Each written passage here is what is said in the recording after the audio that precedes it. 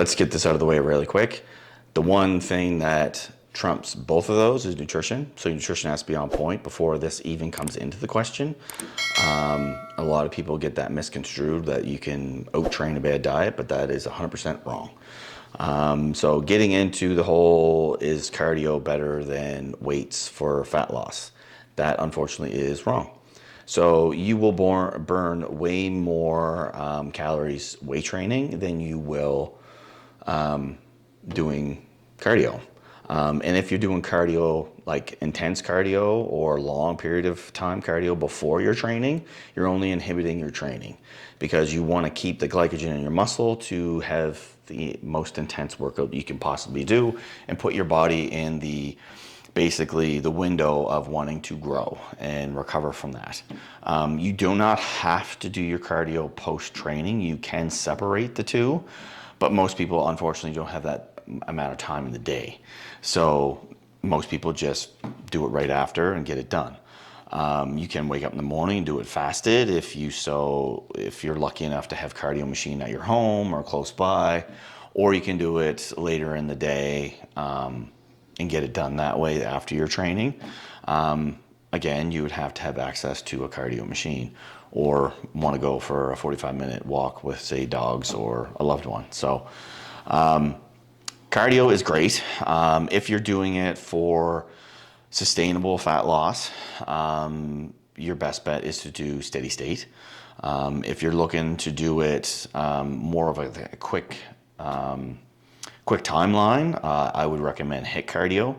HIIT cardio is definitely not something that you want to do around your training because it is very taxing. So I would highly not recommending doing it after a leg day or a back day because both of those tap into the central nervous system, and then you're going to go do HIIT cardio and you're just going to burn your body out and you're going to be so tired throughout the rest of your week that your workouts are going to be lackluster. So if you are going to do a HIIT style cardio, I would recommend doing them on like a chest, a shoulder, or an arm day, something that it's more pump intense style workout, but it's something that's not really tapping into your central nervous system. So on the other days, like the legs and the back days that you do, I would recommend doing steady state. So yes, it is a longer period of time at a slower pace, but it is better to help you recover, and it is better for your fat loss journey. So those would be my recommendations when it comes to doing what style of cardio. And again, I said it doesn't have to be around the workout, it can be any time of the day. Basically, as a trainer, when you look at someone that wants to lose fat, your first indication is their diet on point?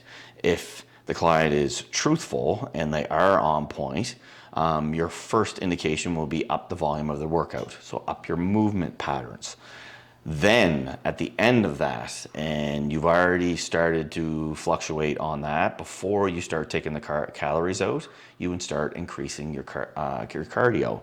And that is very minimal. You don't jump up 20 minutes just in a week. You would jump up maybe 5. And then you'd slowly increment that to the point where it's starting to notice on the body. Then you would go back and start declining the caloric intake to put them into a little bit of a deficit. But it's all minimal changes week by week. It's not all at once because as a trainer, you shouldn't know what's going to happen, because if the person drops weight, was it the caloric decline that you gave them, the increased cardio, the increased movement patterns in the workout? Which one of those three made that person react? And there's no trainer out there that's going to tell me, oh, it was this, when you gave them all three. So you have to do one thing at a time and go from there and see how the body reacts. Each prep is different, or each journey is different. Just because it worked the last time doesn't mean it's going to work this time, because we have outside stressors and life happens. So you need to react to what the body's doing in that particular timeline and make it more beneficial for you.